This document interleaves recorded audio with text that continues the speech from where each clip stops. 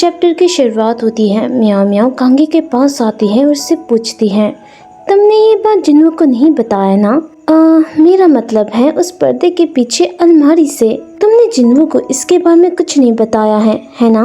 कांगी कुछ नहीं कहता। ये देखते हुए म्याओ म्याओ कहती है, ये थोड़ा अजीब है कि तुमने जिन्हों से यंग मास्टर के कमरे की सफाई करवाई थी, लेकिन मुझे हैरानी है कि तुमने ये इम्पोर्टेंट बात मुझे क्यों नहीं बताई। ये सुनकर पहले तो कांगी हैरान हो जाता है और फिर मुस्कुराते हुए कहता है, बस मुझे लगा कि मुझे ये बात तुम्हें नहीं बतानी चाहिए। मैंने तो कभी इमेजिन भी नहीं किया था कि जिन्हों को वो जगह मिल जाएगी। म्याओ म्याओ, तुम तो ये जानती हो ना कि उस तरफ का अलमारी एक पर्दे से ढका हुआ है।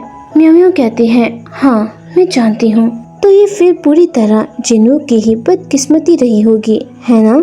पक्का तुमने यंग मास्टर के कमरे की सफाई करने के लिए मुझे कोई संकेत नहीं दिया था, है ना?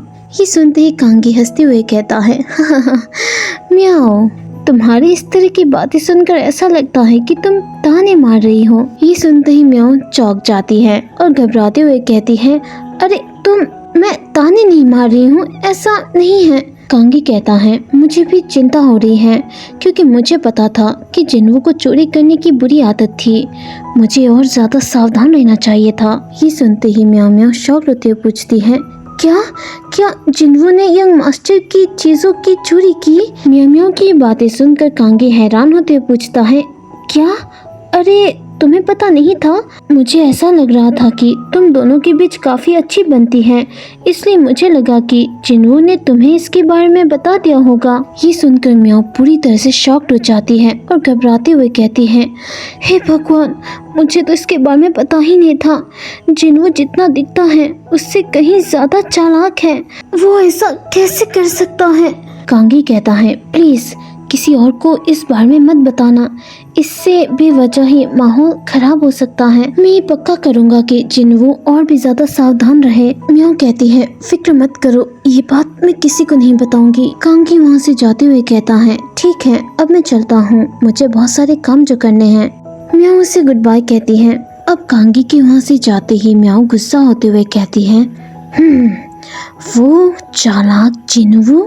नेक्स्ट सीन में युन अपने कमरे में सो रहा होता है। वो एक सपना देख रहा होता है। सपने में वो एक कमरे की ओर बढ़ता है। उस कमरे को देखते ही जिन्हों कहता है, हाँ, ये हर बार एक जैसा क्यों होता है? ये बिल्कुल भी मजेदार नहीं है। जिन्हों के पास उस कमरे की चाबी होती है।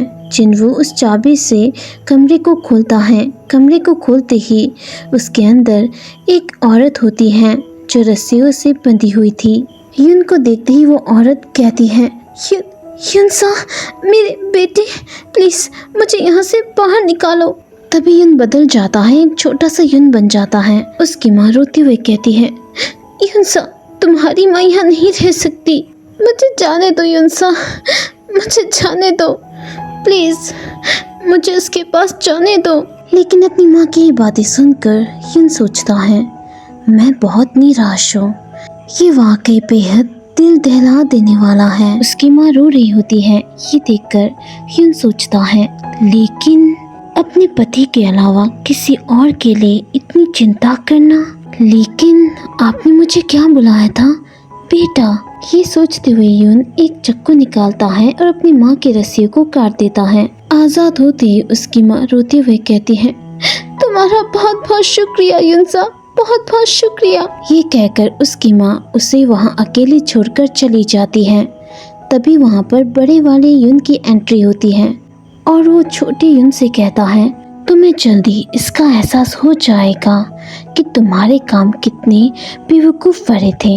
युन सा, तुम और तुम्हारी माँ भी, मैं तुम दोनों से पूरी तरीके से परेशान हो चुका हूँ। मैं इससे पूरी तरह तंग आ चुका हूँ। नेक्स्ट सीन में युन और उसके पिता के सामने उसकी माँ और एक आदमी होता है। उसके पिता युन से कहते हैं, देखो युन, ये वही राक्षस है जिसने तुम्हारी माँ की आत्मा निगल ली है। अपना सिर उठाओ और ध्यान से देखो, आखिर ये घिनौनी चीज यहाँ पर कैसे आई। और उस आदमी से गुस्से से कहता है, देखो हमें, तुमने हमसे क्या छीना है?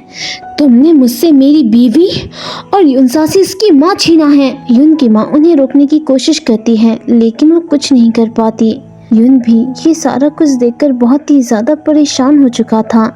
तभी अचानक उसकी आँख खुलती है। वो नींद से जाग जाता है और परेशान होते हुए सोचता है, हमेशा की तरह मेरा वही सपना था। हाँ, वही सपना था। मैं हमेशा से ही एक ही सपना देखता आ रहा हूँ। क्या अतीत से सामना होना सही है? तभी यून को चीखने की आवाज सुनाई देने लगती है।